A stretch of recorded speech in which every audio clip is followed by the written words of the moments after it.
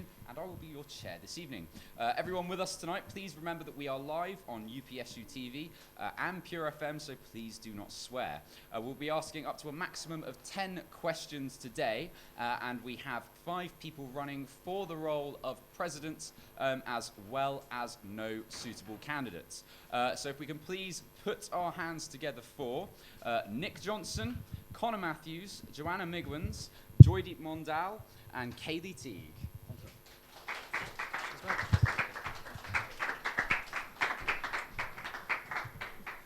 This evening, each candidate will be invited to give a 2-minute opening speech. Oh, sorry. Sit down first. That's probably the most appropriate thing to do. This evening, we will be giving each candidate a 2-minute opening speech. After the speech, we will then start with the questions. The candidates will be invited to answer the questions, so please keep the questions relevant. This year, we are allowing manifesto-specific questions as well.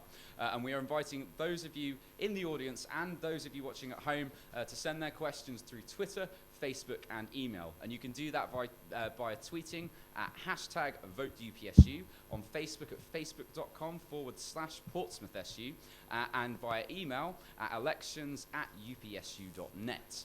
This year, campaigning is allowed in the Students' Union building during this question time, but please maintain respect, particularly whilst in the Student Opportunity Centre. The candidates will have up to 2 minutes to respond to questions, and the mics will be cut at 2 minutes. Candidates, you can see on the monitor the time at which you have left, and rebuttals will be invited from the audience as well as the candidates themselves. And just to go through the Riot Act with you, we do have a zero tolerance policy at the Union, which means that we don't tolerate any abuse or personal attacks, and that goes for both here and online. A safe space is to be maintained online and in the building at all times. So without any more delay, I will hand over to the candidates for their speeches. Good luck to all of you, and let's see what you have to say. We'll start with Nick Johnson. Am I on? Yeah, so I'm Nick Johnson. I'm your current Vice President of Sport, and I'm running to be your Students' Union President. I've absolutely loved my year being a SAB, and I think I've got a lot of good wins. One of my biggest ones, I think, is now the relationship we do have with Sport and Rec. When I came into post, it was a very rocky relationship, and I think I've been working closely with the head of Sport and Rec and some of their coordinators and our sports coordinator. The relationship we've got is now very strong. Why am I running to be your president? Is I honestly believe I'm the right person for the job. So my main manifesto points are increasing the Students' Union block grant. Having worked here for a year, I see how good the staff are and how well they do on a day-to-day basis, but they are at capacity.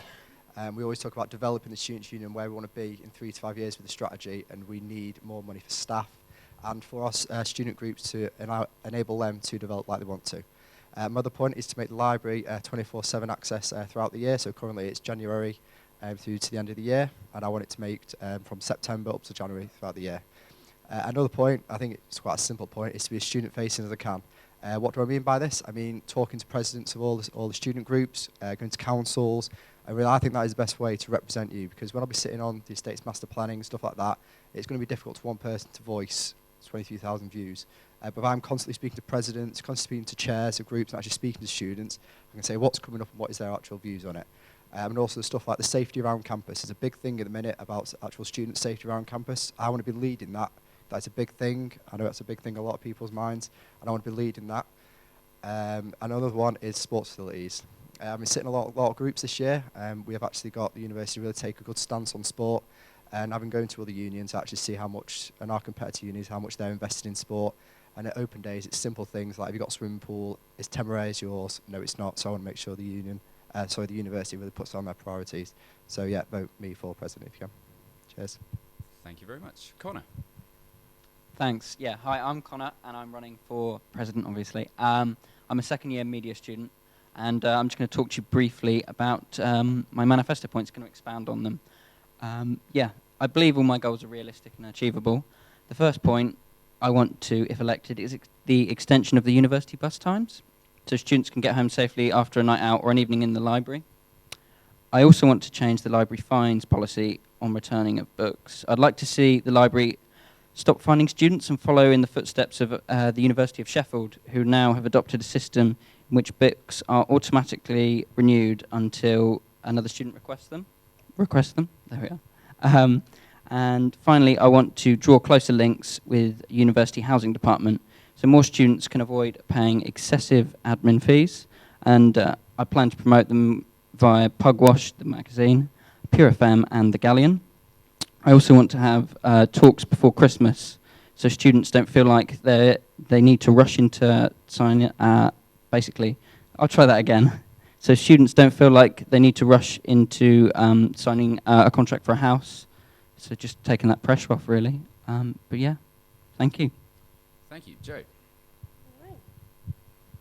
Right, hiya. Hopefully you all know by now I'm Joe. I'm running for the role of president. I think I'll tell you a little bit about myself first.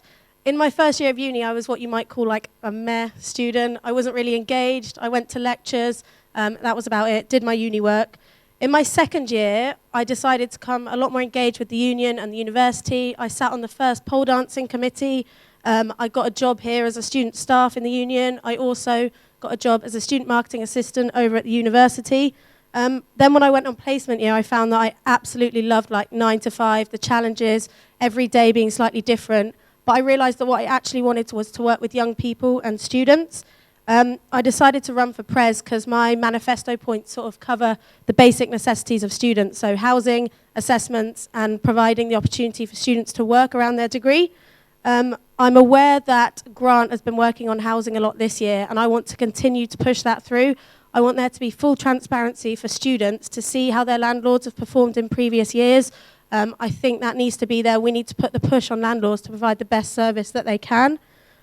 I also want to put pressure on course leaders. I think now that we've lost January assessments, a lot of assessments are happening in April, and students are starting to struggle with this. I want to push course leaders to make sure that across their units, this assessment spread is much better throughout the year.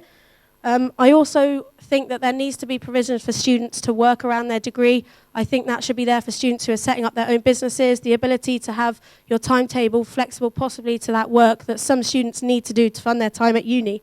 So I want to drive this union strategy to be fun and approachable throughout the year. So vote Joe, number 1 president. Thanks. Thank you, Joe. Joy. Hello, ladies and gentlemen. Good evening to everyone. First of all, I'd like to say I'm incredibly proud to be the student of University of Portsmouth.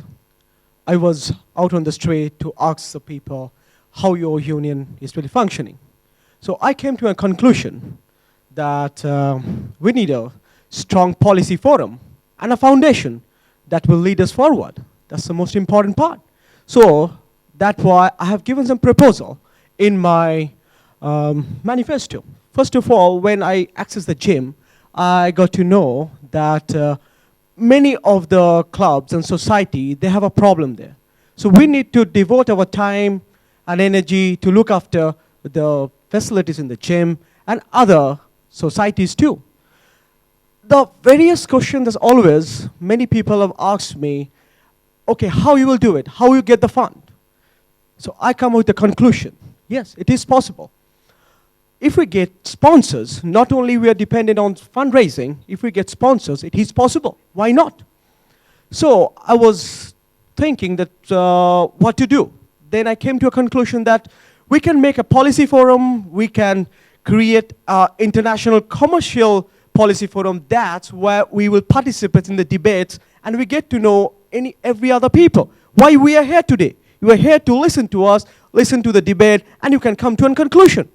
So I would like to say that's from policy forum to international commercial forum to development of every societies, the fundraising, and the most important is bringing the sponsor. So we, the student of the University of Portsmouth, if are together, we can take our university forward. And your cut. Sorry, Joy. Kaylee. Okay, hello, my name's Kaylee Teague, or for the purposes of the elections, Kaylee Incredible Teague, and I'm running to be your president. Hopefully you know me by now as your Vice President for Education and Democracy. I've brought you things like free course rep hoodies for all, as well as a lot more online training for course reps, such as the handbook and Keep, Stop, Start, Win. I've brought 2 course rep conferences this year and trained a record-breaking number of course reps as well. And I've also implemented Goal Days, which is Go Out and Listen, which was one of my manifesto points last year, as well as bringing the UPSU OK campaign, It's OK to Not Be OK. But other than that, why should you re-elect me or elect me to be your president?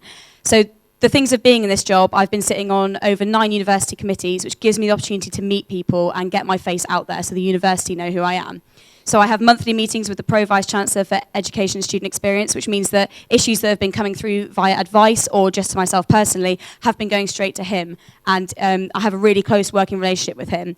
As well as that, I have a close working relationship with the library and also Purple Door. As you can see in my manifesto, that's someone who I really want to continue working with, as I know it's really popular and useful for students.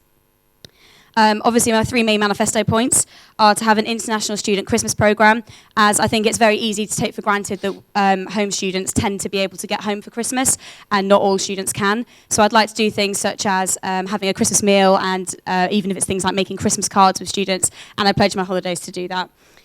Also 120 days of UPSU, which I'm sure I'll get asked about later, with more benefits for volunteers. Also want to create refresher training for personal tutors so that they are confident in giving welfare and academic advice. And I'd also like to push that you get the choice to choose who your personal tutor is so that you feel comfortable with that. There's quite a lot of other things like friendly faces at freshers, best priority for Langstone students, and help with the university studio surgery. Thank you very much, Kaylee. Okay, we'll start with a question from me. And Connor, you're due to start the first question. So, the question is, it's July the 1st, your first day in office. What's the first thing you do, and what are your long-term, medium-term, and short-term goals? Okay, I suppose some of my manifesto points, they're going to take a lot to put in place, so I'm going to need to do a lot of campaigning, get a lot of support for that, and go to the university and organise, like with the bus times, I'll have to organise meetings and with different departments, I imagine, so yeah, putting that into place. Sorry, can I get the question again? Yeah, cool. Sorry, a bit of pain. Stop timer. Thank you. So the question is, it's your first day as president. What's the first thing you do? What's your long-term, medium, and short-term goals? Well, I suppose long-term, student welfare, listening to people, and sort of how can I help them, really? Yeah, just listen to you guys. Long-term goal-wise would be, as I said, my manifesto points. Yeah, trying to campaign, that sort of thing. Yeah, I don't know what else to add. I believe communication is key. I want to be a president where people can feel like they approach me, not just in the union, but outside the union at the weekend, and just talk to me about their issues, really. And I can help them solve that. And yeah, don't know what else to add, really. Thank you very much. Joe. Well, the first thing I would do is I'd probably ask you to explain to me everything that you've done up to that point. There's obviously still 4 months with all the work you're doing on housing. My short term would be making sure that Refreshers Fair is done to the best we can do it. We've got everything we need done. We've got all the sort of sponsors we need in, and all those clubs are all set up. Then my medium and long term is obviously going to be all my manifesto points. I'd start to want to put pressure on like course leaders. I want to start getting a forum set up for housing, and that's about it probably. Just make sure my manifesto points are done. Thank you. Joy. Hi, hello. First of all, I would like to conduct a meeting with all the course rep and the president of the societies and the clubs. That's my first and foremost work. And the second, for my short-term goal, will be to create the forums, which I promise you to do that. And with that, we need lots of volunteers and lots of people around there. That's my short-term goal. And most importantly, my long-term goal, which I was mentioning about the funds for every societies and clubs, because I want to cut down mainly when the people, the first-year students, they come here and they have to pay for the trials. And I think that shouldn't be there because they are paying a lot for that. So if we get lots of sponsors, and that cannot be done, I know it, that's in 1 year is not enough for it, but we have to give it a try, and we need to contact the sponsors through means of chambers and maybe the help of councils, and that's my long-term goal. And finally, I would like to bridge the gap between the faculty and the students so that we can contact more and more alumni. See, our alumni throughout the world, and they're working in very good companies. So we need to create a strong foundation with the help of the alumni. So if we contact them, they will help us in sponsors so that we can cut down prices in lots. Especially we have to improve the infrastructures. So if the gym, societies, even in the union building, and it can possible if we take the sponsors. So these are my long-term goals. I'll tell them thank you very much. Thank you. Kaylee. So I'd probably start off with having some kind of, I'm assuming this is after handover, having some Yes. kind of Nerf gun war or something with the other sabbatical officers so that we could start our team building exercises in a nice, fun and easy environment. In terms of short-term goals, obviously the governance review is something that everyone's going to groan at, but I really want to make sure that's getting implemented in September after all the talk that's been going on, and obviously just getting the SABs to work together as a team and making the SABs famous as well. And I guess a short-term goal is ready for Freshers Fair. I want to have friendly faces at Freshers so that everyone can feel included in that. I heard at the question time last night that some people don't get involved in that because they feel pretty much too shy and too scared to get involved. So that's something I'd really like to work on, to have people working as sort of ambassadors for the union, to get them there all week helping out with students. And also to work with the university surgery, as I generally hear quite bad comments from there, and I've had bad experiences there myself. And because they have such a push at the beginning of the year to get students to sign up, I think we need to be working on what they're doing there and how we can improve that as well. Medium goal, I guess, is just a more inclusive union, carrying that on, and also making sure that students' voices are constantly being sort of vocalised at the top university meetings, so it's not just your SABs. And long-term goals would be 120 days of UPSU, which I've already mentioned, so promoting all the student groups as well as trying to get them more out there in the community. So why isn't the Galleon at train stations and things like that? Why aren't we pushing that out there and trying to get our students well recognised for the amazing work that they do? Thank you. Finally, Nick. Okay, short term, this might sound really simple to quite a few of you, but it's after handover period. So probably try and sit down with the SAB team as a team and actually say, how has your handover been? Do you think you're up to scratch? Because you'll hear in the job that you get 6 months in, then you finally go, yes, I actually know what it means to be a SAB. So trying a bit earlier, maybe after a couple of weeks, say, right, how has your handover been? How are you coping with the job? And then also, when you meet university staff, it's great that we all sit in these high committees, but you actually need to have had all your inductions with the actual university staff. So that'd be one of the things to look to address quite early on. And then medium long term, obviously no students are here, so we can't get to work on some of the manifestos. But you're looking to plan your manifestos, maybe do a Gantt chart. When you're looking to try and implement the sort of things, when do you want these things done by? And then long term will be just the manifesto, trying to put them in place by the time the students are back. But it's sort of like Refreshers Fair. I'd be looking to work with like the Vice President of Sport and activities. Obviously I've done it for 1 year to make sure how they're doing with it, how are all the staff coping with it. Is there any extra support we need from, not from themselves, but other departments, stuff like that. So that's really what I'd be looking to try and do. Thank you very much. Now we've got a question in from Twitter, so please keep sending those in. Joe, you are due to start on this one. So, one part of being president is that you have a one-to-one with the Vice-Chancellor. In your first one-to-one, what would be your priority? Okay. It would probably be trying to look at the assessment spread, which is obviously one of my manifesto points. I know that especially, it's mainly because at this time of year I'm starting to see the pressure that is going on to all the students and the insane amount of work that's having to be done, which I know is all part of university, but since that January assessments has changed, now it's sort of all that pressure is really building now, and that's something that I really want to get kick-started as early as possible, so it'll probably be that. Thank you, Joy.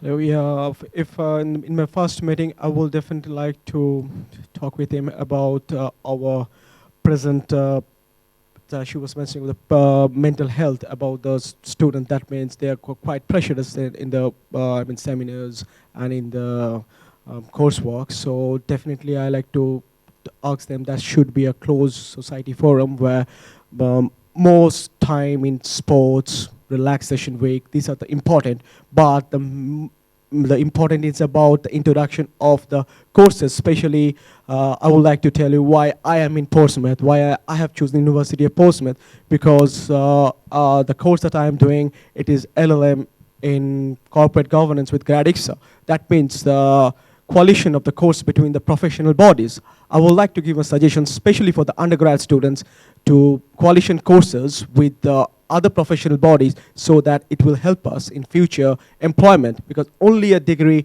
is not enough in today's world. We need a professional degree with the undergrad degree. So this will be my first discussion with the Vice Chancellor. Thank you. Thank you. Kaylee. I think my first discussion would be what information we're giving students when they arrive. So obviously we hear a lot about Freshers' Fair and going out and all that kind of stuff, but what about the other services that are available that they can get help with? So obviously that also kind of ties in with the tutor thing and what tutors are offering and telling students when they first get here and what they can do to help them. And I think especially for students that aren't from the UK, it can be a really daunting experience. I think we take for granted, like I said earlier, the fact that we know simple things like what supermarkets are around and where the best place to shop is, and that's not always sort of advertised to other students who might not know things like that. So I think it's really important to discuss what we're actually telling students when they arrive here and talking about what promises we're going to be making so that we're not delivering empty ones. So yeah. Thank you. Nick? My person, I'll probably try and see what his and the university's plans are maybe for the next couple of years. And one of the things I'm quite passionate about is the estates master plan. I alluded to earlier.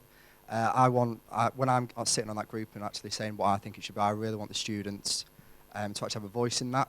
So I'd like to know what actual jurisdiction have I got to go and talk to students about things, what's confidential, what's not, so I can actually include you in those discussions. So it's not just me trying to represent 23,000 students, and you are actually at the heart of that process.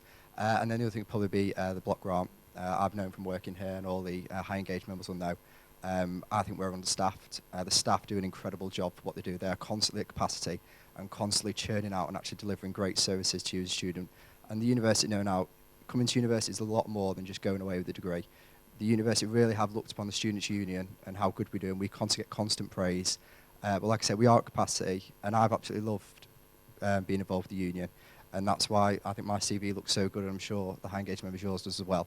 But I want, for new students to come, I want them to have the same experiences, and I think we do need to keep developing the clubs and societies and all the other student groups. So I'd talk about by increasing the block grant in my early meeting. Thank you. Connor? Thanks.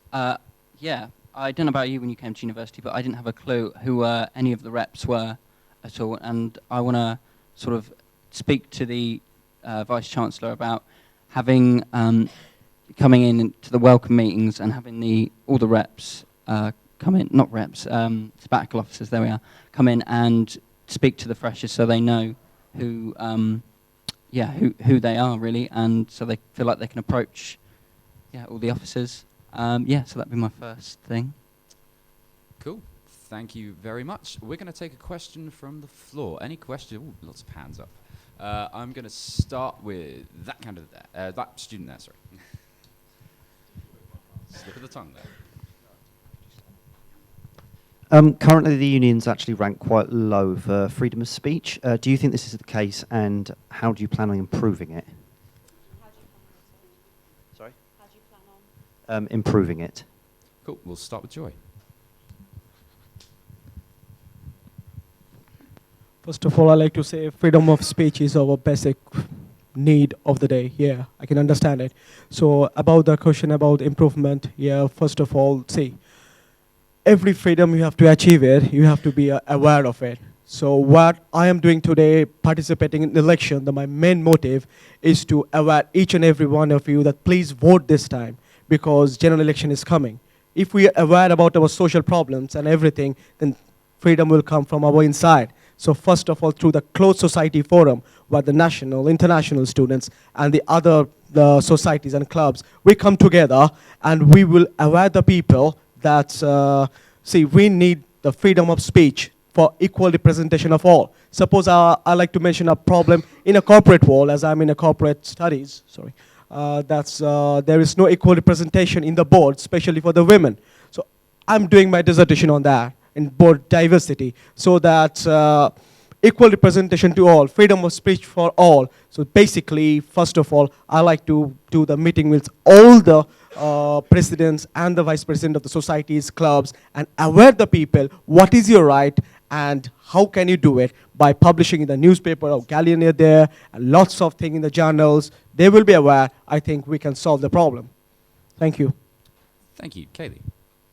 I think a lot of the time, you can look in different places and get different information about things. And I like to think that at the union, we do try and listen to students as much as we can. I think working on the other side, as I have done this year, you understand a lot more about processes and things that are in place to try and protect students as well as help them. And I think in terms of things like zero tolerance policy and things like that, kind of linked to freedom of speech. We need to do more in implementing that side of things as well, because I don't think we should be taking the right away for freedom of speech. Like, it's something like sort of Joy said, it's a right.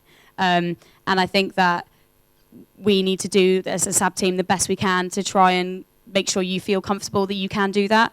And whether that's channeling it through us and us being like your megaphone to the university, if that's where you feel like you haven't got that right, or whether it's just to the union itself, I think that we need to do whatever we can and put whatever we can in place to make you feel comfortable that you can do that in a safe environment for all students.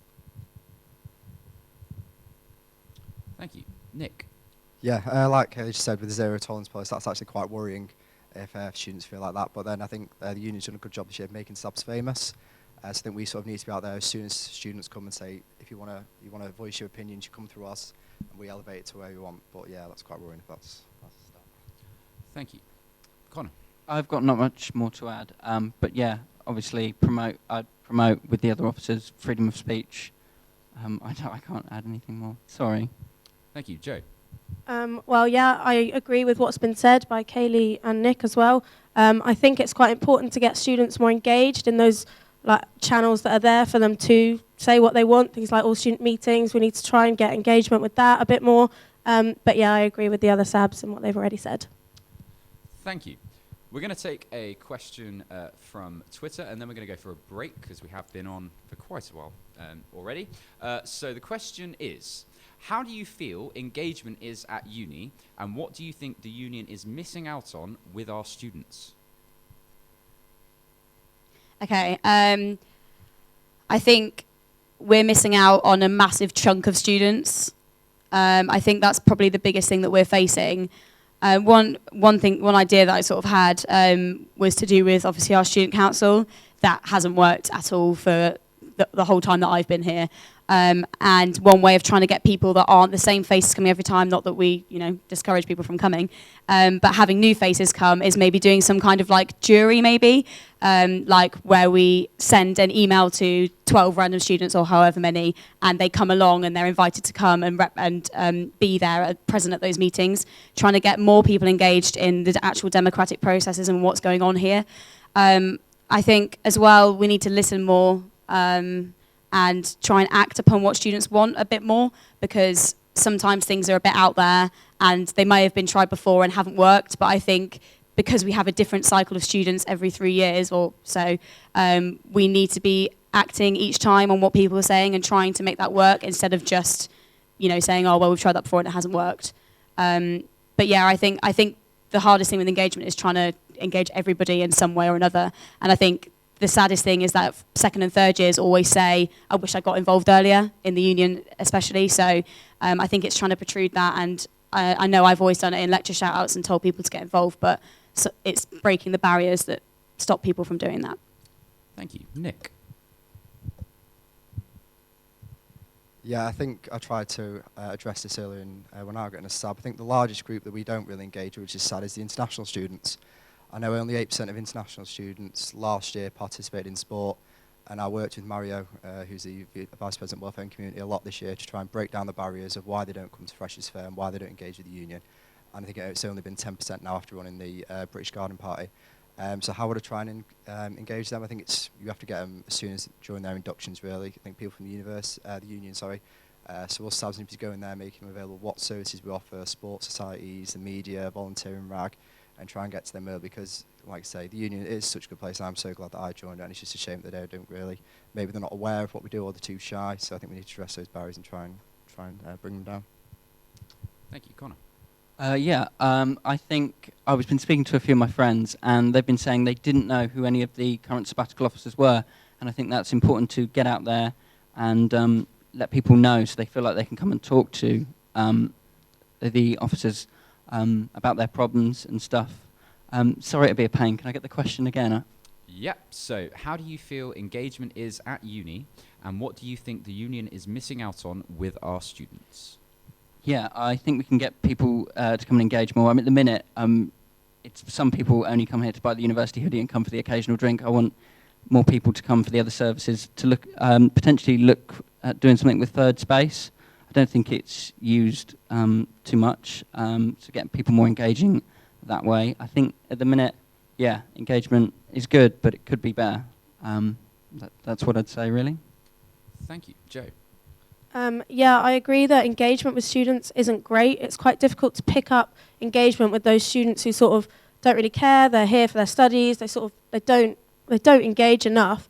I think there needs to be greater work with the union and the university together. I agree that in Freshers Week, it needs to be far more, sort of the SABs need to be far more out there. I know it's really difficult. There's a lot on, especially with Freshers Fair. I think there needs to be more done on social media as well. For some reason, students just don't engage enough, and that's where I tend to see things. I haven't really seen before that like all student meeting is happening or whatever, so it just needs to be more out there.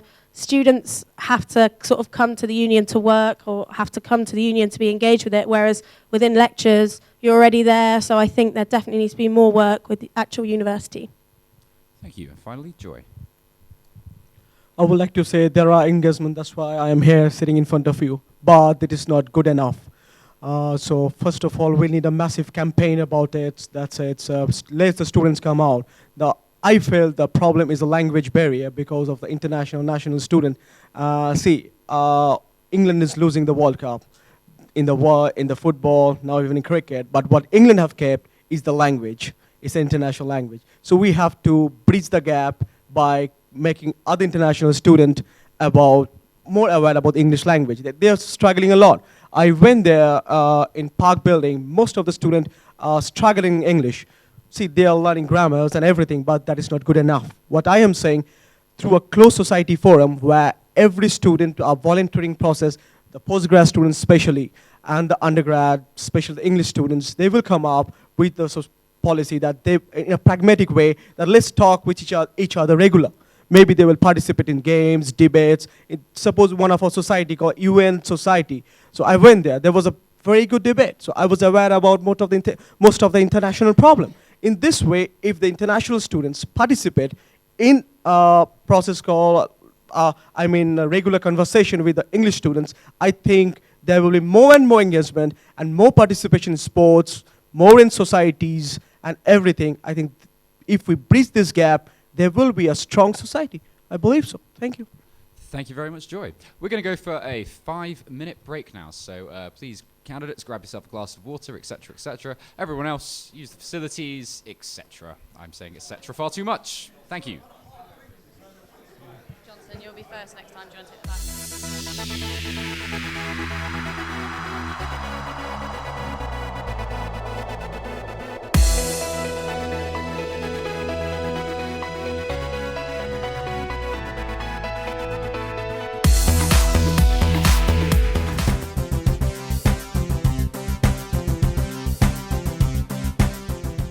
Hi, I'm Nick Johnson, I'm your current VP Sport and I'm running to be Students' Union President.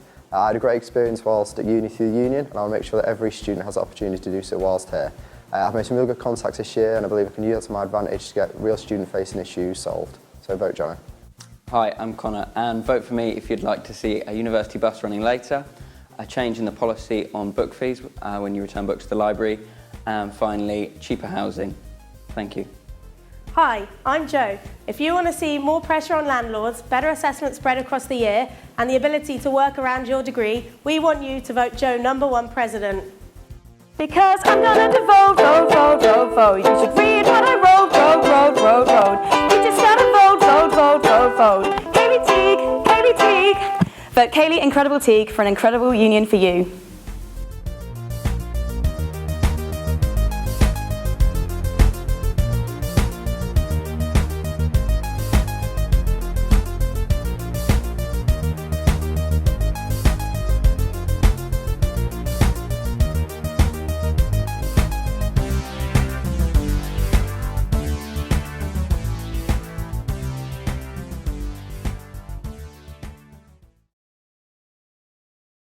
Seconds to look into the camera and tell people at home why they should vote for you. And we're gonna go. Let's go this way. Let's go this way. Yeah, right. What camera are we on? We're on camera 3. Yeah, So you've got 30 seconds to do your manifesto, and we'll start now. Okay, so my name's Kaylee Teague. I've been your Vice President for Education and Democracy this year, and I've absolutely loved it. I've built relationships with the university and the union around from the library and Purple Door, and I really want to use those to make the best experience for you guys. A couple of things on my manifesto are I want to make an international students' Christmas programme for all the students that can't go home over Christmas. I pledged my 2015 Christmas holidays, and also, I want to do refresher training for personal tutors to make sure they're confident in supporting you with welfare and academic advice. I want to make the union incredible. Oh, dead on 30 seconds. Thanks, yeah. Hello, friends. Camera three. That's right. That's fine. And your 30 seconds starts now. Hello, friends. I am your presidential candidate, Joy. That way. Can we do a camera? Yeah, sorry. I'm your presidential candidate, Joy, and I'm incredibly proud to be your candidate because you are you are the future of this generation. So I am incredibly proud for that, and I have a vision to take University of Portsmouth forward. So please elect me so that I can take it forward. Thank you very much. Perfect. Okay, and back that way. Thank you. So, camera three. 30 seconds starting from now. Hi, I'm Jo. I'm running to be your president. I want to make sure that all students have a good relationship with their landlords. I want to be there to be able to be a forum so students can see how their landlords have performed before, how other students will have rated them. I also want assessment spread to be better across the year. I know some students struggle with all deadlines at the end. I think there should be formative feedback across. And I also think there should be better timetabling for students to work. Lovely, thank you very much. Okay, so again with the camera three, I believe. And you've got 30 seconds starting from now. Hi there, I'm Connor. I'm reading from a scrappy bit of paper, so please excuse me. I want to change the union. I want to get more students engaging with the union. I believe in setting realistic goals and achieving them. I've got 3 main proposals in my manifesto. To extend the university bus service so students can get home safely after a night out, or even after a late night library session. To get the uni library to change its late fees on returning books. And finally, to work closer with the housing department and promote the housing department so less students have to pay... Oh, sorry. Oh, sorry. You know what, you read your last line. Yeah, and pay excessive admin fees. There you go. Thank you very much. Okay, so lastly... Yep, camera three, 30 seconds going now. Hi guys, I'm Nick, I'm your current VP Sport. I've had a really good year working at the union and I've made some good contacts in the university I think can really help make my year successful. Like I said, I was big on student experience, I know how good the union is, but I think the union is at capacity. So one of our manifesto points is to try and increase the block grant from the university to improve the amount of staff we have and the actual money going into developing our sports societies. I want to make the library 24 hours a day all academic year and improve sports facilities by trying to lobby the university to get Temeraire done. Ooh, lovely. Okay. 30 seconds. So you just had to get the mic down. Everyone did really well, yeah? Congrats. Fantastic. Okay. So, thanks everybody. Now you can catch your candidates for the president in our live question time next week on Friday the 27th from 6 p.m. right here. So that's the last question time of the week. You'll be able to see these guys. Campaign and voting week will begin, followed by, of course, results night live. But let's first welcome the majority of the candidates running in elections 2015. Which are going to come in now. And hopefully everyone's going to come in now. Hopefully everyone's ready. I mean, if you want to come straight through, guys, if you'd like to come in, find any spaces you can. Yeah, should we squidge up? Yeah. Do you know what the SU do? Come and find out. We point you in the direction of the best parties and the best clubs, societies and volunteer roles, which could do wonders for your job prospects. We tell the media what you're paying for your student accommodation and challenge the landlords who want to charge you more. We've even taken collective action to stop students being deported. We get everyone round for tea. Students, teachers and people who live locally eating together. Sweet. We can make sure your housing provider treats you right. We do lots of sustainability stuff. We help you swap courses if you don't like the one you're on. We stand up on your behalf when things aren't fair, giving you the voice to change things. And we let you stand up and speak for yourself. Get voting, get involved, get elected. So if there's something you'd like to do to make the most of student life, do it with the SU.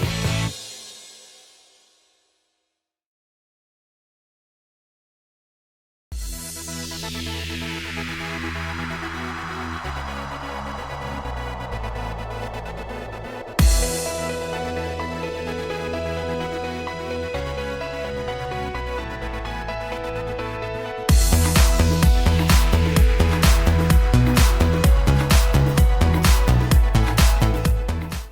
I think we're just about ready to go. Are we all ready to go? We're all good back there. Okay, so let's please give a hand to our candidates and welcome them back on stage.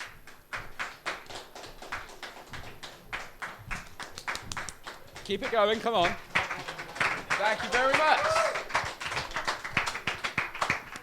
And as per usual, we will start the second part of each question time with a fun fact. Did you know the odds of shuffling a deck of cards the same way as someone else is 1 in approximately 8 times 10 to the power of 67.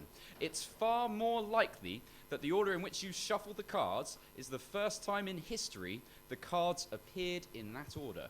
So you're making history every time you shuffle a pack of cards. There you are.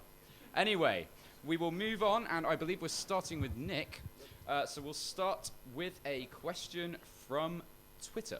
And the question is, do you feel the union tries too hard to engage with every student and lacks in providing a quality service and does more of a quantity service? Hi, Tom. Yes and no. Yes and no. I think it's great that the union tries to get out there and engage with as many students as you can. But I am a big believer in quality over quantity. So I would prefer 10 engaged students giving their opinions than 150 non-engaged students who just saying the stat that we've got that. So yeah, that'd be my answer to that one. Connor? Yeah. As I said, I know a lot of people who don't know a lot about the union. But yeah, pretty much quality is sort of very key, I believe, in service. Yeah, I can't really expand on that. Oops, sorry. Joe? As I've sort of briefly mentioned before, I think we're possibly not engaging students in the right way. There are a select few very engaged students who I can walk into the union and know I will always see. I think we need to engage a lot more with every fresher coming through the doors, and that needs to be the union engaging them, not the university. They have to turn up to their induction at Freshers Week. We need to start getting in on that. We need to make sure that every fresher is getting a freshers pack, not just those in halls. Also, information needs to be put through halls, so all those students are seeing the services that the union has to offer. Yeah, I just think it's possibly not being done in the right way. Encourage social media. That is what students are looking at, and that probably is the best way to engage them, to be honest. Thank you. Thank you. Joy? You can say that's how many we turned up today. So as such, I can say that there are not as such good enough for engagement till yet. So people are not aware of the election, what is going on. So there need to be work on it. We need to work on it very properly. For that, we need to aware every student, which I said before. So it's faculties have to take the responsibilities because they are taking each and every classes. So they can tell the student it is studying is an integral part of your education, but to participate in the uni activities not fashionable cliche. These are also the integral part. So it is the faculties have to take the responsibilities and they have to tell the student how important it is, because that after when you end the uni, when you will go to the real world outside, you will find something different world. So engagement is very important to participate in the co-curricular activities and the extracurricular activities. Debates is very, very important. Faculties have to take responsibilities. So we need to bridge the gap between the union and the faculty. Very, very important, so that we will get quantity and quality both as well. Thank you very much. Thank you. And finally, Katie. I think it can be sometimes seen as that, and I understand why. But I think if we are too afraid of losing some quality to try and get some quantity, we could be missing out on star people. And I think we could be missing out on the next best president, for example, if we just say, okay, well, we don't want to keep branching out in case we, lose some quality. I think we can obviously try and do both, which we do try and do. And I think one of the biggest barriers for us is trying to reach everybody, because everybody gets emails every day and generally sometimes don't read them. everybody could get a flyer in their door and just chuck it straight away.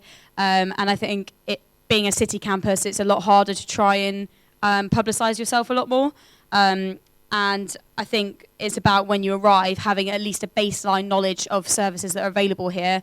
So it's not just about, are we delivering good sports? Are we delivering good societies? Are we delivering good media, RAG, VIP, all that kind of stuff? It's also about the advice service and housing and financial help that you can get here. It's about publicising that as well, so that even though a student might not be part of the union known as the things I just listed, but actually they've used the advice service and had a lot of help from that, or they've come to a sabbatical officer and got help from them in terms of a fight in the university for something. So, yeah.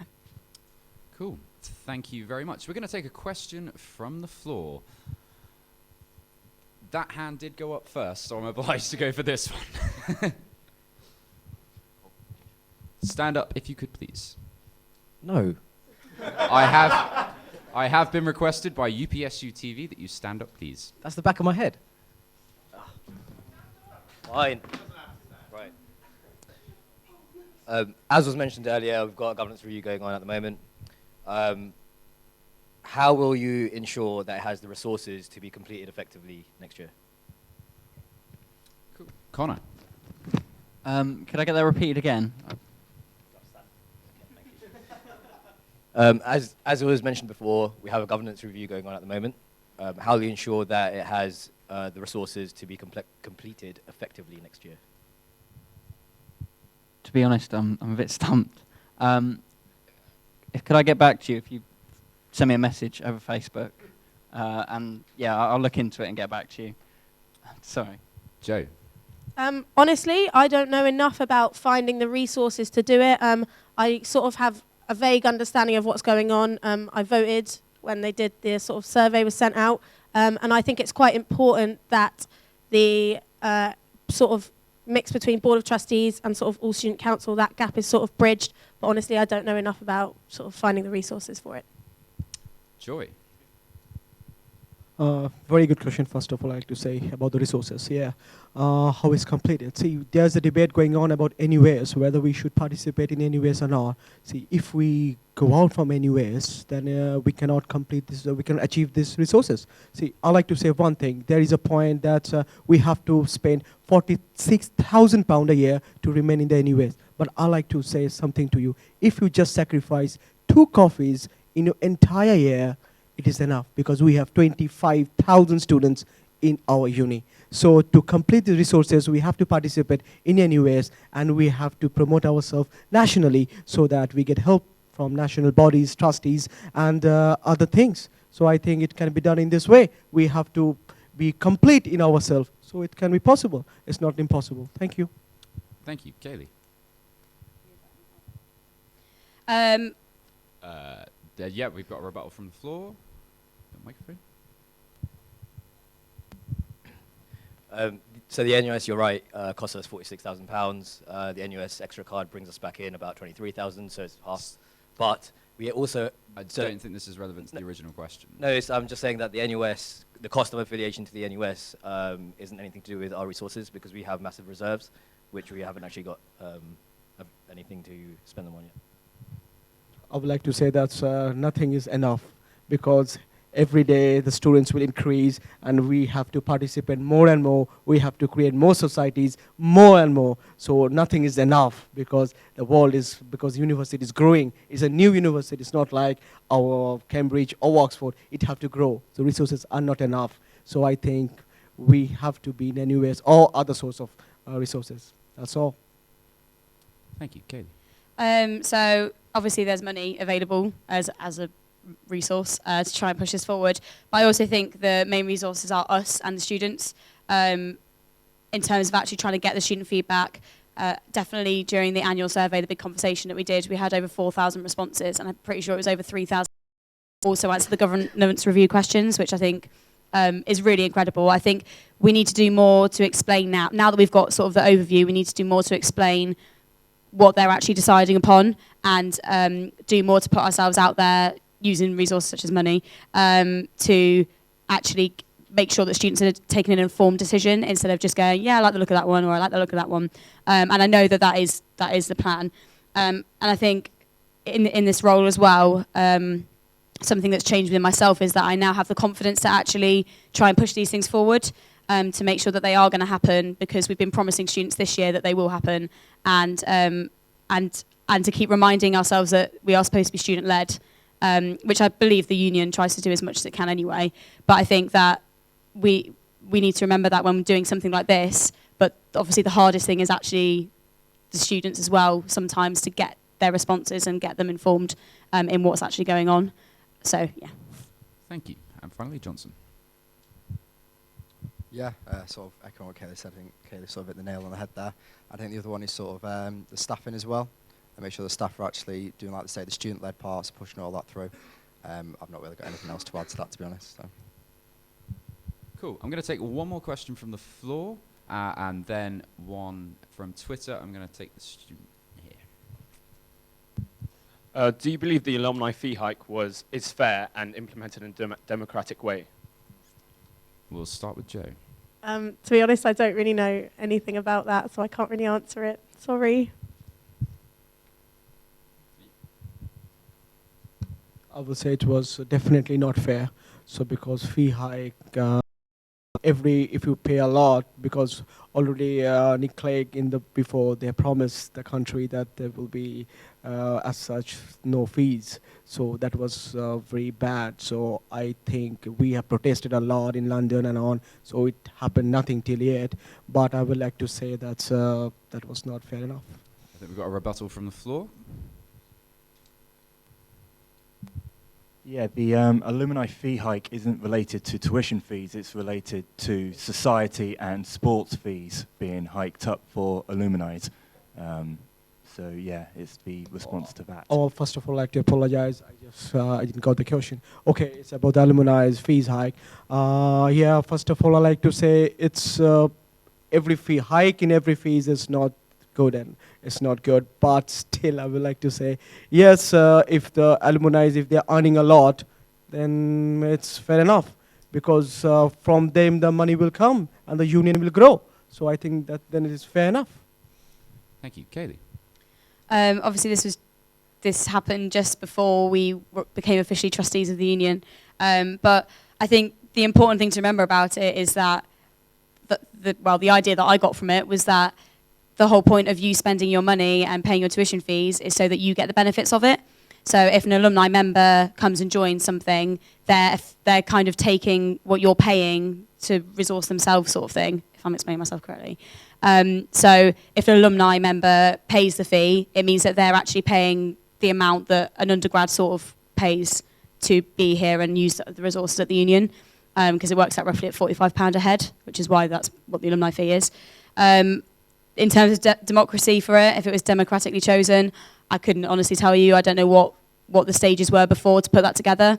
But in terms of my honest opinion, I do think that it's supposed to be helping undergrads and obviously postgrads to feel like the money that they're spending is getting spent on them, instead of it being instead of funding a load of other people who have been here to, yeah. We've got a rebuttal from the floor again. You couldn't comment on whether it was democratic or not, but we had three executives stating their sort of displeasure about it. So the society exec, the media exec, and the RAG exec saying that they did not like it at all.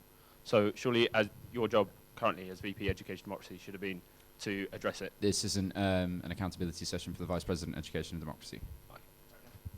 Thank you. Cool. Nick Johnson.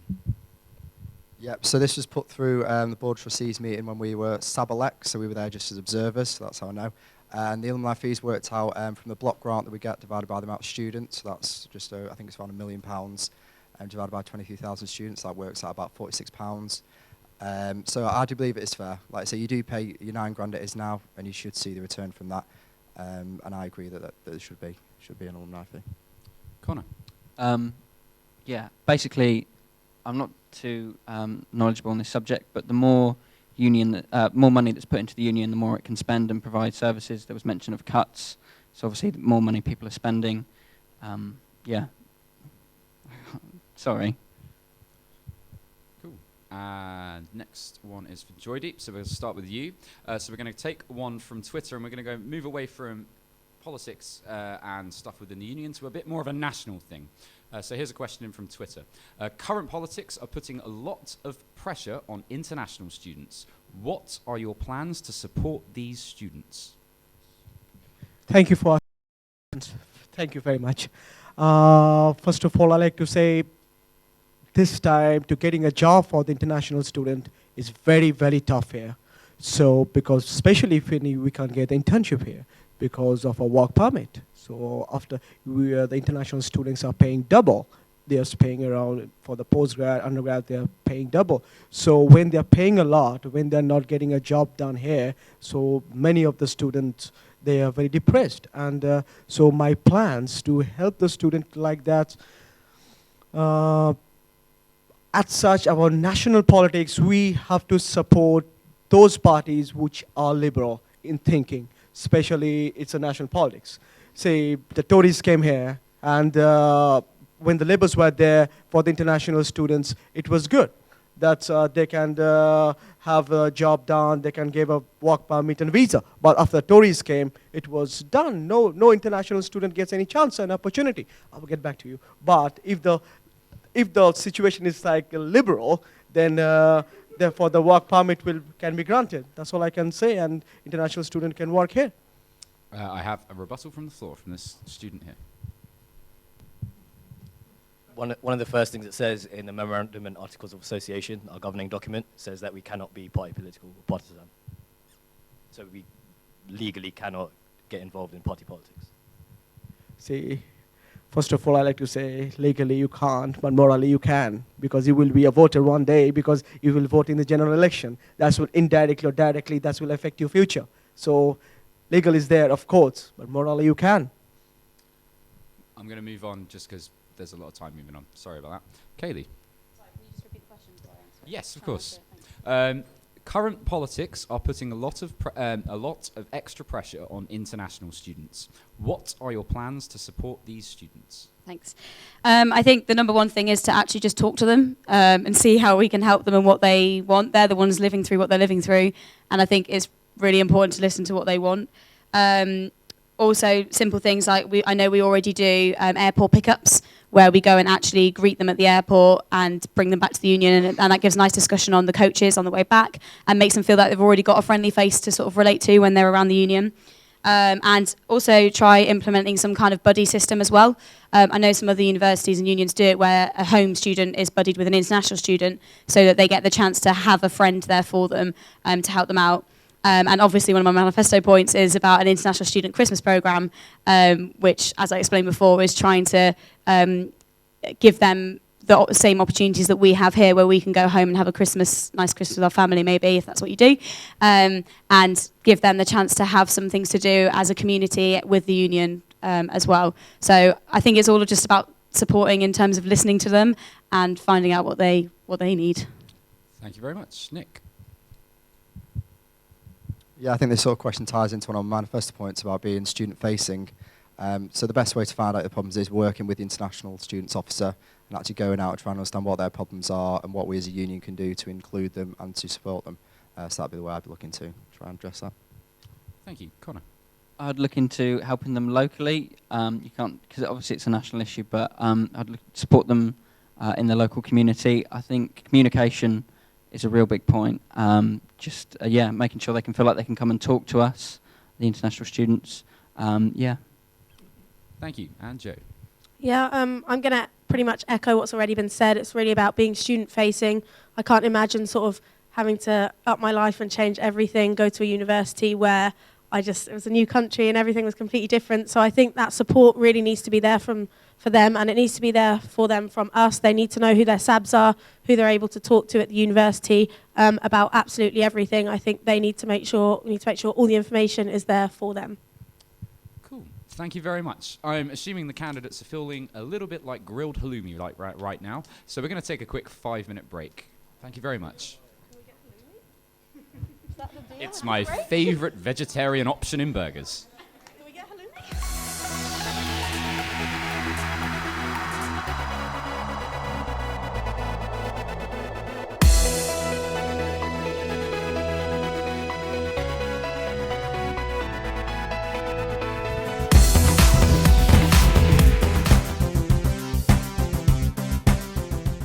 Hi, I'm Nick Johnson, I'm your current VP Sport and I'm running to be Students' Union President. I had a great experience whilst at uni through the union and I'll make sure that every student has the opportunity to do so whilst here. I've made some real good contacts this year and I believe I can use that to my advantage to get real student-facing issues solved. So vote Jono.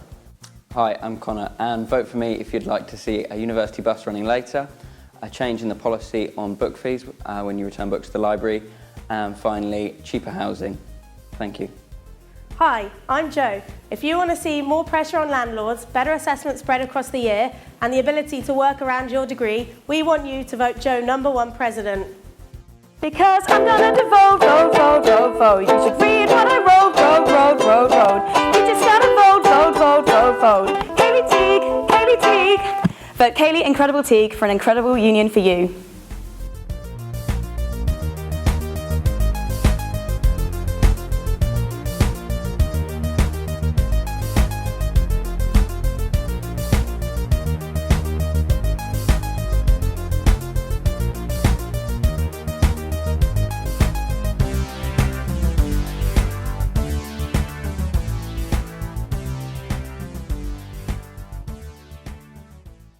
For Students' Union elections, NUS recommends using the alternative transferable voting system.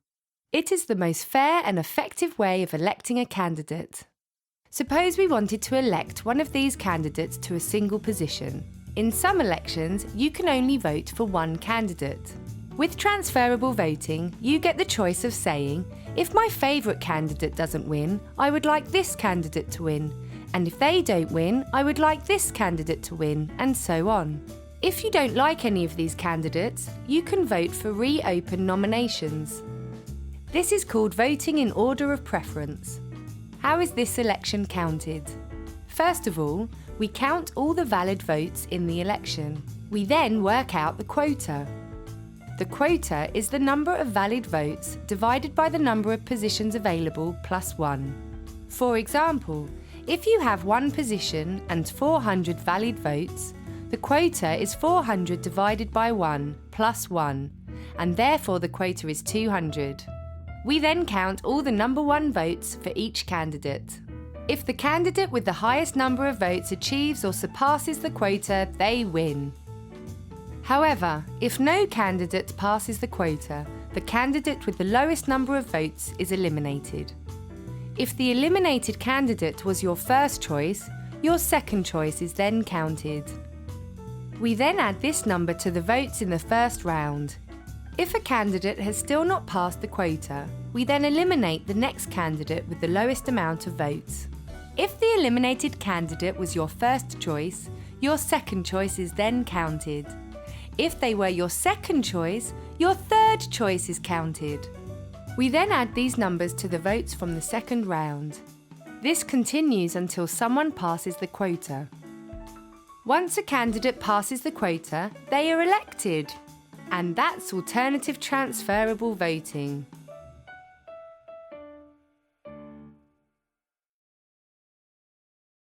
Seconds to look into the camera and tell people at home why they should vote for you. And we're gonna go. Let's go this way. Let's go this way. Yeah, right. What camera are we on? We're on camera 3. Yeah, yeah. So 3. you've got 30 seconds to do your manifesto, and we'll start now.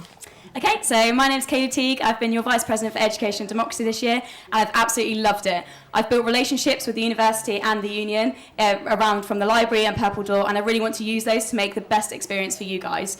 A couple of things on my manifesto are I want to make an international students' Christmas programme for all the students that can't go home over Christmas. I pledged my 2015 Christmas holidays, and also, I want to do refresher training for personal tutors to make sure they're confident in supporting you with welfare and academic advice. I want to make the union incredible. Oh, dead on 30 seconds. Yeah. Hello, friends. Camera 3. That's right, that's fine. And your 30 seconds starts now. Hello, friends. I'm your presidential candidate, Joy. That way. Can we look camera? Yeah, sorry. I'm your presidential candidate, Joy, and I'm incredibly proud to be your candidate because you are the future of this generation. So I am incredibly proud for that, and I have a vision to take University of Portsmouth forward. So please elect me so that I can take it forward. Thank you very much. Perfect. Okay, and back that way. Thank you. So, camera 3, 30 seconds starting from now. Hi, I'm Jo. I'm running to be your president. I want to make sure that all students have a good relationship with their landlords. I want to be there to be able to be a forum so students can see how their landlords have performed before, how other students will have rated them. I also want assessment spread to be better across the year. I know some students struggle with all deadlines at the end. I think there should be formative feedback across. And I also think there should be better timetabling for students to work. Lovely, thank you very much. Okay, so again with the camera 3, I believe. And you've got 30 seconds starting from now. Hi there, I'm Connor. I'm reading from a scrappy bit of paper, so please excuse me. I want to change the union. I want to get more students engaging with the union. I believe in setting realistic goals and achieving them. I've got 3 main proposals in my manifesto. To extend the university bus service so students can get home safely after a night out or even after a late night library session. To get the uni library to change its late fees on returning books. And finally, to work closer with the housing department and promote the housing department so less students have to pay... Oh, sorry. Oh, sorry. You know what, you read your last line. Yeah, and pay excessive admin fees. There you go. Thank you very much. Okay, so lastly... Yep, camera 3, 30 seconds going now. Hi guys, I'm Nick, I'm your current VP Sport. I've had a really good year working at the union and I've made some good contacts in the university I think can really help make my year successful. Like I said, I was big on student experience, I know how good the union is, but I think the union is at capacity. So one of our manifesto points is to try and increase the block grant from the university to improve the amount of staff we have and the actual money going into developing our sports societies. I want to make the library 24 hours a day all academic year and improve sports facilities by trying to lobby the university to get Temeraire done. Ooh, lovely. 30 seconds. So you just had to get the mic down. Everyone did really well, yeah? Congrats. Fantastic. Okay. So, thanks everybody. Now you can catch your candidates for the president in our live question time next week on Friday. Thank you very much. And welcome back to our candidates as well. Let's give them a round of applause, everyone. Come on. That's not, come on, keep it going. Thank you very much. And this is going to be our final round of questions. We've got 2 more questions left. I'm going to take 1 more from the floor and then 1 from Twitter. But before we start that, we've got our fun fact. And this one is a presidential one. Hello. John Tyler, 10th President of the United States, born in 1790, has 2 currently living grandsons. That's crazy. Anyway, can I take the final question from the floor? I've had a question from that student. I'll take the student at the back. Okay, mental health has been a bit of a buzzword for the last few years, so I just want to know where each of you stand on this issue, and do you think there's anything that can be done to improve any of the wellbeing services at the university? Kaylee. Okay, so yeah, my stance is that the stigma needs to be removed. Obviously, I've done the "It's Okay to Not Be Okay" campaign in the last month or so, which has been amazing. I always said at the beginning of it, if it helps the life of one student, then it's been worth it. And the stories I've heard so far have been really positive from that. In terms of the wellbeing services that are available, I think one of the challenges is the terms that are used. So, for example, Mental Health and Wellbeing Day, I think might deter some students because it sounds a bit scary, to not try and sound patronising, but it sounds a bit unapproachable. So I think maybe looking at the terms that are used, things like the chaplaincy, I know when I first heard of that and saw it on the website, I thought it was a religious place to go and felt like I couldn't go there because I don't follow a religion. In terms of, I know that counselling is now called wellbeing, which is already trying to remove that, and I think working with the university, there's so much opportunity to broaden that. After doing this campaign and talking to the university, they're really looking to push it themselves and try and put some more money into that. So I think it's going to become increasingly easier to try and help students as much as we can, and that's what I'd love to do. Thank you. Nick. Sorry, could you just repeat the question? Just for the answer. Yep, can I get that student there just to repeat the question? It was mental health's been a bit of a buzzword for the last few years, so just where do you stand on this issue, and do you think anything can be done to improve the wellbeing services at the university? Thank you. So yeah, one of the things the uni have done in collaboration with the university services is the welfare knocks that were done at the start of the year, so going around to all halls and making sure they actually know the services that are available to them and where they can go. I know a big thing that's on the university's agenda is a student hub, so all the services sort of dotted around at the minute. They're looking to try and bring it into a place where it can all be one central area, so all actual, not even first years, but all students know that area. Where that'll be, I don't know, but that is something I think we should really push through to make it so much easier for all students to go to. Yeah. Yeah. Could I get you to repeat the question? I'm so sorry. I'm so sorry. Third time lucky. Okay.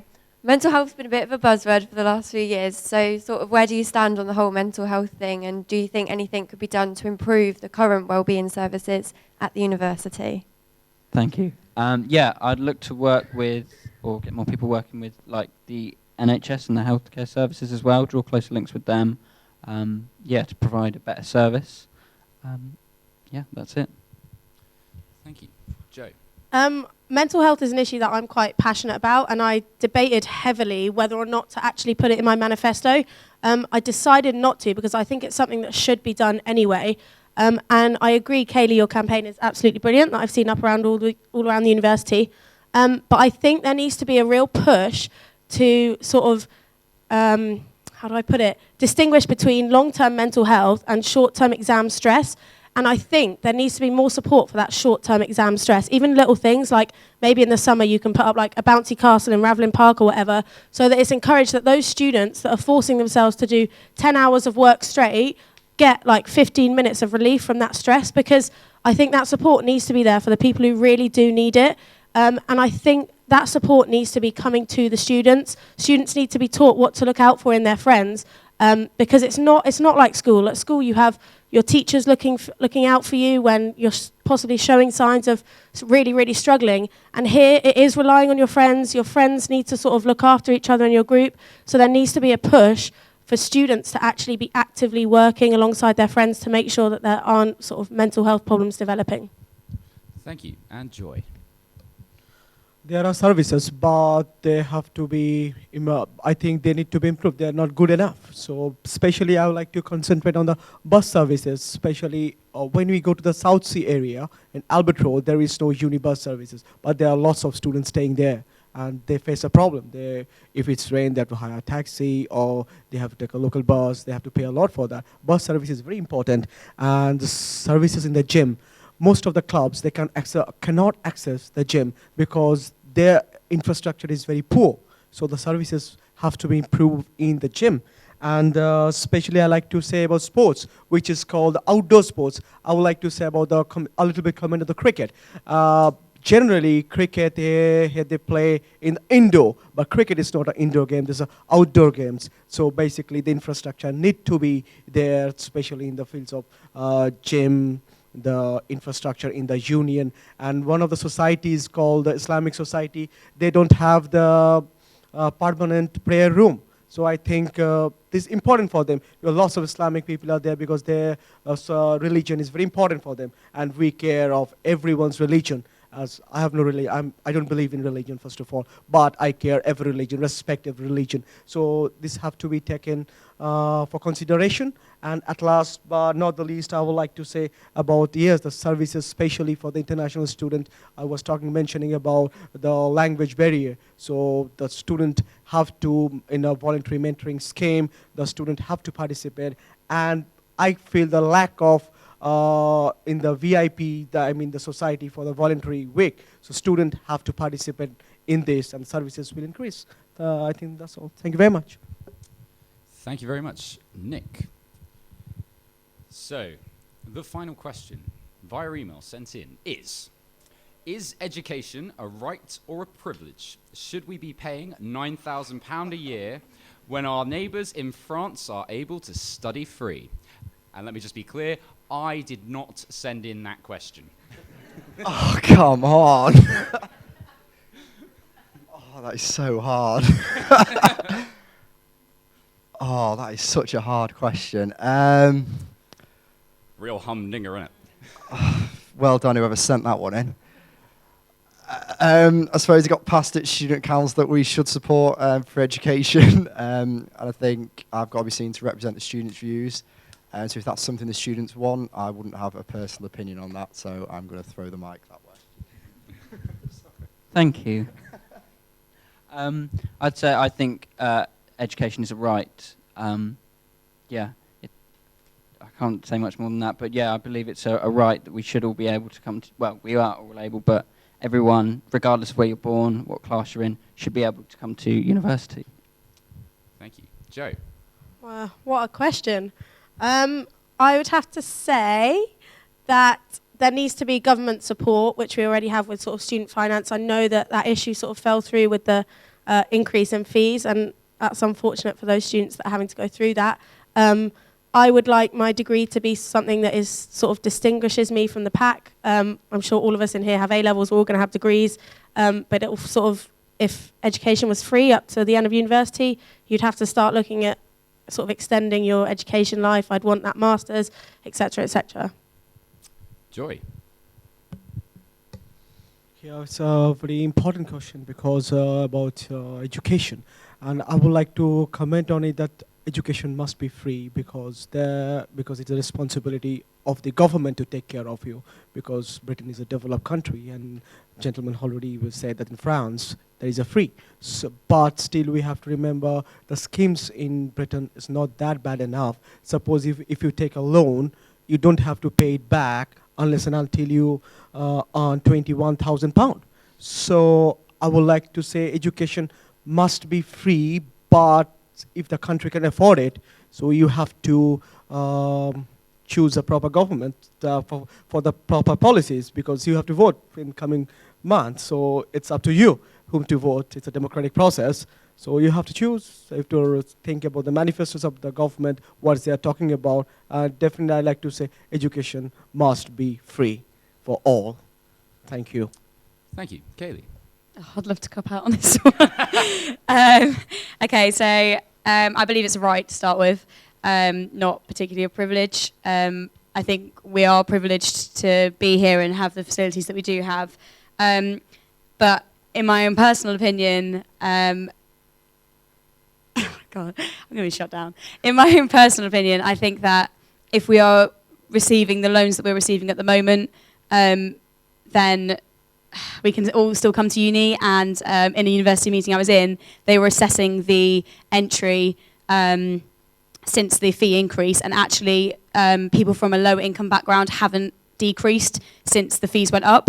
So that just shows that because we are getting loans, it means that people still have access to come to university. Yeah, I know it's a really controversial thing. But I also think that we're really lucky now that postgrad studies are going to be funded. I'm very happy with that because that's something I know I want to do in the future. And it certainly makes me want to go and study more, gives me more of an incentive, but also makes me more capable of being able to go study those subjects as well. But yeah, I think I'll leave it at that. Thank you very much, Kaylee. And that's the questions from the audience and those of you at home over. What we're going to do now is pass to the candidates and see what questions they'd like to ask each other. So we're going to start with Connor. Did you want to ask a question for everyone or a candidate specific? Yeah, I'll ask one. Sorry to make your lives a little bit harder, guys. I know I've had some tough questions. Is there anything in your manifestos that could be interpreted to inhibit student life? I'll answer it as well, if you like, but I don't want to go first. I hope not, because everything I've written, I'm hoping to sort of improve students' lives at every point. That's pretty much the aim of my manifesto, to sort of ease up. The ruffling starts. Oh no. To sort of ease up all those basic needs, which I've already said, housing, assessments, and the ability to work. I've never seen so many manifestos read at once.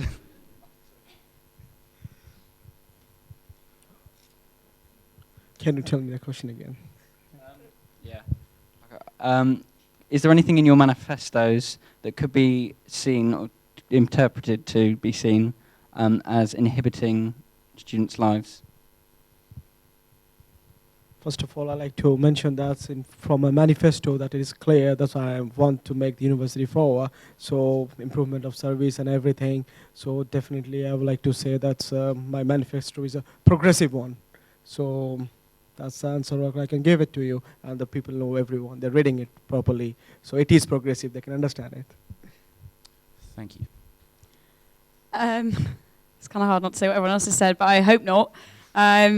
From doing this job, I like to think I understand, well, I do understand students more than I did before, and from things I've done this year, like joining a sport for the first time and things like that, I've had the opportunity of meeting different sort of groups of people as well, and I like to think that it can help as many people as possible and hopefully change those groups that aren't always sort of thought of first.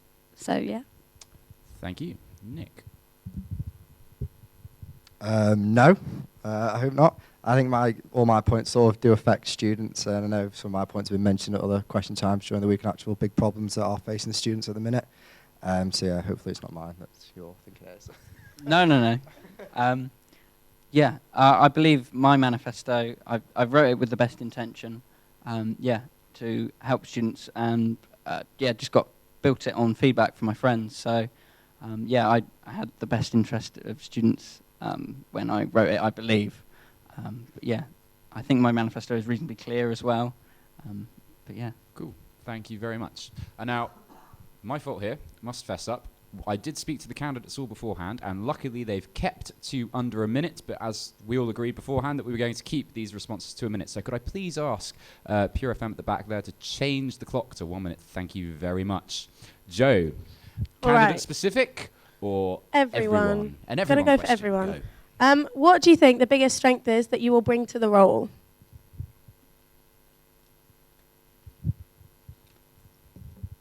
The biggest strength will be we will work together. That's most important. Every societies, every clubs, we will work together. Every president of the societies, every president of the clubs, we will come together. We will meet most of the time. And I think we can create a unity and a diversity. That is the biggest strength of us. So we will work together. That's the most important. The ideas will come from them. But one thing R&D need to be done, because the questionnaires should be given to every societies and what they needed. Come to a conclusion and they do it. Final. That's it. Thank you, Kaylee. Other than buzzwords like approachability and all that kind of stuff, I think which one to go for? Honesty. I think. I think that through my honesty and passion that I've shown this year with the university as well as union members, I always try and say it as it is, but also try and get things to students when they ask for them. And I think that that's going to be one of the biggest strengths to help push the university forward and lobby them, and also to help our students in the most effective way. Thank you. Nick? Okay, so being a sub this year, luckily we get to do our 360 peer reviews, and some of the things that really stood out was my actual passion. So I've been VP Sport this year, so actually passion for my sports teams and trying to get the best intentions of them all the way. And also, if something's there and you can't do it, you go around it. So that'd be my strengths, I think. Thank you. Finally, Connor. Thanks. Well, prior to coming to uni, as it says in my manifesto, I was actually a manager. It was within a retail environment, but I've got experience of organising people and working with a large group of people, all aiming for several realistic goals. And I believe, I'm very organised, very clear. As you see in my manifesto, it's laid out, it's quite clear, my points. Thank you very much. And Joy, your turn to ask a question. Everyone or a specific question to two candidates here. First of all, Kelly and Nick, because you are running VP. It can only be one. It can only be one. Okay, then I will go for Nick. Okay. First of all, I'd like to ask you that you are running, and congratulate you that you are the VP Sports. What 5 important things that you have changed in sports culture and infrastructure in last few months or so? Because this is not only a post, because students are paying a lot for that, because you are paid for that, almost £20,000 a year. So we want a rational answer from you. Thank you very much. Thank you for the question. So firstly, I think the first would be the A accounts. So when I started my post, I've only got a minute, haven't I? So when I started my post, there was a lot of clubs that were in trouble because of debt, because of poor management of finance from staff and from committee last year. So now the A accounts are being sent out monthly to clubs, so they can keep a good track as well as staff. Start doing happen again. We're reviewing the kit. Jesus. Kit. So kit. We have bespoke kit, and everyone's argued about how long it takes. Blah blah blah. So now we've changed the kit process. So clubs can actually go out and get their own kit in the UK, which is a lot quicker. Sport and rec. The actual process of which we book our facilities is changed. So now we actually book the facilities. The sport and rec gives a block booking, and then we put our students groups in there. We've got discount members for AU members at the gym. And I can't remember the last thing. Time. Katie Teague, your question. Everyone or candidate specific? Yeah, my question's to everybody. So obviously, being president, you're going to be line managing 4 vice presidents, even though you're on equal pay and on the same level as the others. What sort of actual relevant skills do you think you have for this role, and how are you going to bring it to it? Yep. So luckily, I've been part of that team this year, so I understand some of the strengths that you need, and also some of the weaknesses that you can improve on. I've been on committee. I was a committee member, president of the cricket team for my 2nd and 3rd year, and I've also been on the exec panel this year. So I think getting that experience at such a young sort of university age has really geared me up. I think I do have good leadership skills. And I think one of my good traits is actually trying to get the best out of each people. I don't know, as a SAB, you do get demotivated. It's a long time. You don't try and take holiday. As easy as that sounds, you do try and work all you can, be passionate for your students. And I just understand that how hard it is to be a SAB and sort of what you do need to look out for other SAB members, just to make sure that they're okay and they're actually fulfilling what they can do. Thank you. Connor. Fab. Well, as I've mentioned, I was a manager. Sorry, I keep bringing this up. I've got experience leading people, leading teams, achieving realistic goals. Not to boast or anything. I roll my eyes to say this, but my store won an award, best store in district, when I was a manager there. So I like excelling and encouraging people. I think being compassionate as well. Thank you, Joe. Well, working as part of a team is probably one of my favourite things. On my placement year, I was sort of obviously bottom of the rank. We were earning the lowest, but I was put in charge of multiple teams. One of them was 13 national sales guys, and getting them in the automotive industry to do what you want is difficult. So I sort of learned how to work with people and work with them to make them or get them to do what I want without sort of telling them, but just sort of encouraging them to be on my side. And that's it took a year's worth of learning how to do it, but I picked it up, and that's what I'm probably most excited about with this role, to be honest. Finally, Joy. Hi, I like to say that I can't be Mr. Who, but I can be Mr. How. You have a problem, I can solve it for you. I'm talking about the sponsorship. Yeah, in the radio film, they asked me how you will bring the sponsors. I would like to answer that. I will contact most of the chambers, and through my energetic and dedicated nature, I can reach every place, and with the proper proposal to them how to bring a sponsor, I can do it. And presently I'm working, many of them may not like it, but I have to say it, I have to disclose it. I'm working with the Lib Democrats. I'm a researcher there. So I'm working with a big political party. So without any politics, I like to say I have exposure with and access to many people, and I know how to run a proper organization with a proper leadership quality. That's all. Thank you. Time. Thank you. Nick, question to everyone or candidate specific? No, to everyone. Okay, let me job interview. What is your biggest weakness, and how have you worked to overcome that weakness? My biggest weakness is travelling. I love to go on holiday, so I'll have to stop myself from booking loads of holidays. But yeah, I know that sounds a bit cheesy, but yeah. All right. My biggest weakness, those of you that know me, I get stressed quite easily. It's definitely a good thing. It helped me all through my work placement, because I stress about something happening that I don't want to happen, and then I'll do everything I can to make sure that won't happen. So I work incredibly hard. There's those of you that know me know I don't stop and I have a lot of energy. A lot of that is driven from the fact that sometimes I can be a little bit stressed about something, but it's also probably my biggest strength. So. I believe that I'm very lazy. That's my biggest weakness. So that's, first of all, but I think that's also a plus point for me because I can sit back in my home and think a lot and come out with proper solutions of every problem. So, and I think it's a bit a problem. I'm a bit lazy. Thank you. Thank you. Finally, Kaylee. You should know this by now from all the Belbin tests we've been put through. My biggest weakness is that I'm a perfectionist, and sometimes it means that I have a bit more of a delay on getting things done, like reports for university, not as in they're late, but as in it takes me a bit longer to do it because I want it to be right. And also the fact that I am very grammar and spelling conscious, so like to make sure that everything's done. No. Thank you. Thank you very much. Now, this is where the grilling really begins. You've got the questions from me, and tonight I've got 4 for you. Doom, doom, doom. Short, sharp, don't worry. As you're probably aware, the first one, tonight downstairs is karaoke night. What's your karaoke song? Who's answering that first? I believe it's Connor.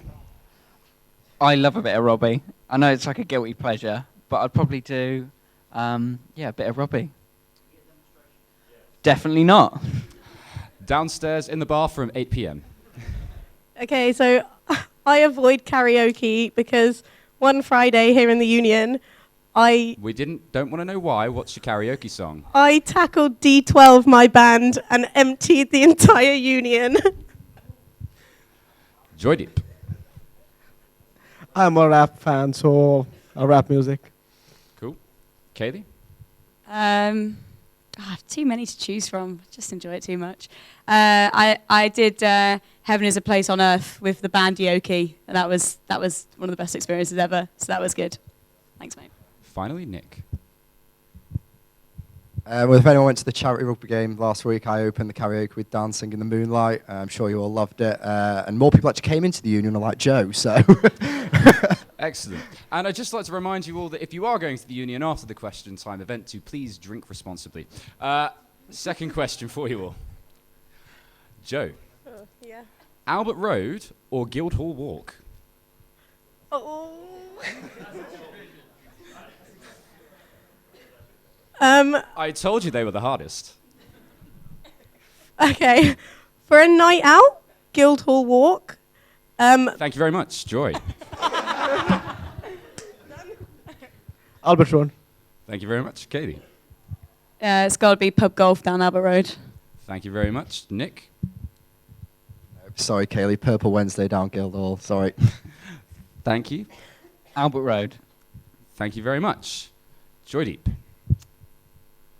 Here's the real tough one. This is where we divide the candidates and the candidates. Strictly Come Dancing or X Factor? Come on. Come on. X Factor. I don't watch either, but when Harry Judd was on Strictly Come Dancing, that was all I watched. Definitely Strictly Come Dancing, definitely. Can I say no suitable candidate? You can indeed. Yeah, I'm not a fan of either. No, not gonna lie. Neither am I. Moving on. The final question of the night. The one that you've all been waiting for. Blue and black or white and gold? White and gold. It is blue and gold. It is. That wasn't a response. Oh, but it is. For blue but and it is. black. It is. Blue and black or Alright, well, white and gold? It's blue and black then, but it is. White and gold. Definitely white and gold. Definitely blue and black. Thank you very much. Let's give a big round of applause to our candidates. A massive round of applause to the team that's been reporting it all week. Back. And one to Team Democracy in this corner as well. Thank you very much. My name's Grant Clark. I've been your chair this evening, and thank you for all of those that have been watching the entirety of the week. We look forward to seeing you all next Friday night for the results night. And don't forget, on Monday, we've got our NUS affiliation debate in Eldon 0.20. But until then, good luck to all of the candidates who will be, I'm sure, prepping all weekend. And we look forward to seeing you all out on the floor next week. Good luck, everyone, and enjoy your weekends.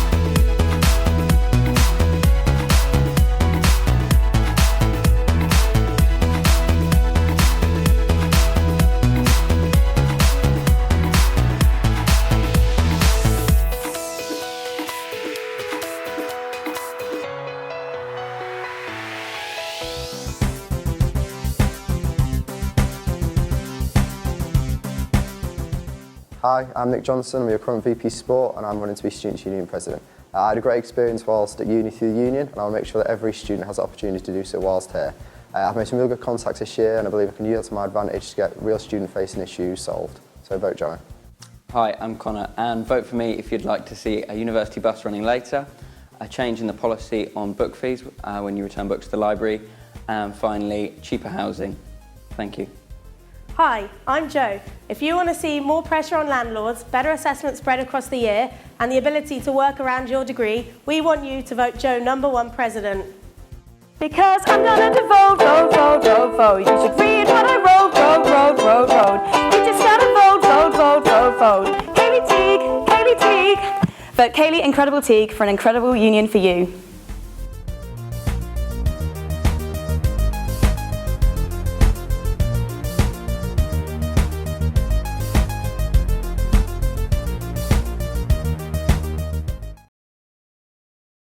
30 seconds to look into the camera and tell people at home why they should vote for you. And we're going to go, let's go this way. Let's go this way. Yeah, right So what back to camera the are we end. on? We're on camera 3? Yeah, Yeah, so 3. you've got 30 seconds to do your manifesto, and we'll start now. Okay, so my name's Kaylee Teague. I've been your Vice President for Education and Democracy this year, and I've absolutely loved it. I've built relationships with the university and the union around from the library and Purple Door, and I really want to use those to make the best experience for you guys. A couple of things on my manifesto are I want to make an international students' Christmas programme for all the students that can't go home over Christmas. I pledged my 2015 Christmas holidays, and also I want to do refresher training for personal tutors to make sure they're confident in supporting you with welfare and academic advice. I want to make the union incredible. Oh, dead on 30 seconds. Thanks, yeah. Hello, friends. Camera 3, that's right, that's fine. And your 30 seconds starts now. Hello, friends. I am your presidential candidate, Joy. That way, can we look camera? Yeah, sorry. I'm your presidential candidate, Joy, and I'm incredibly proud to be your candidate because you are the future of this generation. So I am incredibly proud for that, and I have a vision to take University of Portsmouth forward. So please elect me so that I can take it forward. Thank you very much. Perfect. Thank you. And back that way. Thank you. So, camera 3, 30 seconds starting from now. Hi, I'm Jo. I'm running to be your president. I want to make sure that all students have a good relationship with their landlords. I want to be there to be able to be a forum so students can see how their landlords have performed before, how other students will have rated them. I also want assessment spread to be better across the year. I know some students struggle with all deadlines at the end. I think there should be formative feedback across. And I also think there should be better timetabling for students to work. Lovely, thank you very much.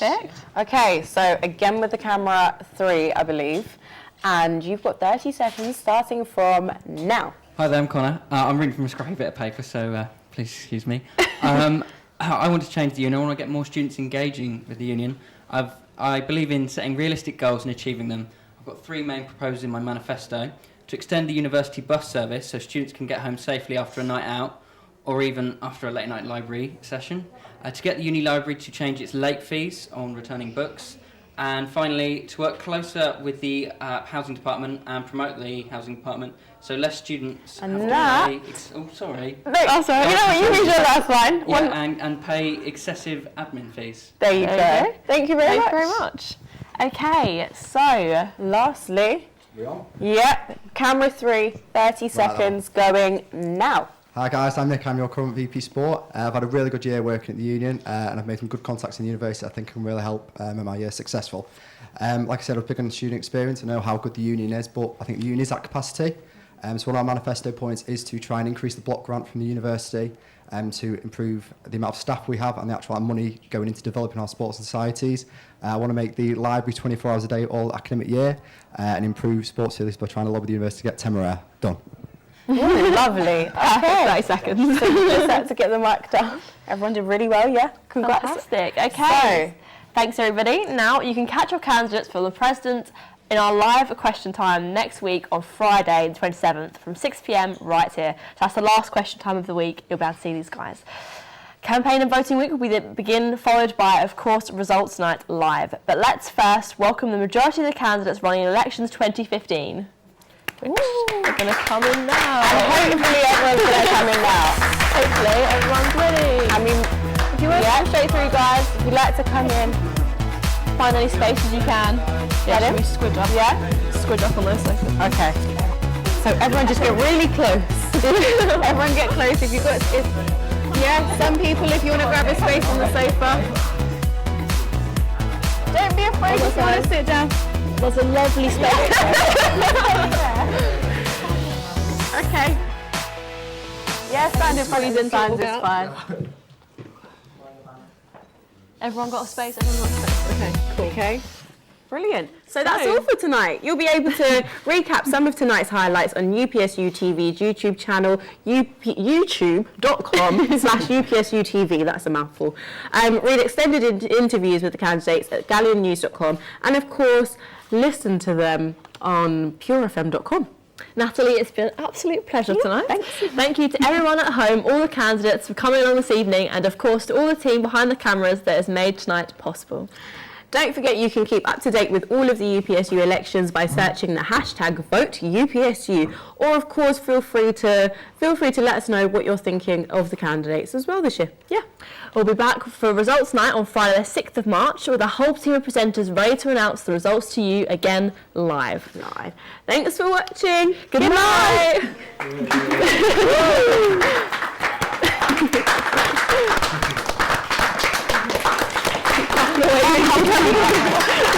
Wait.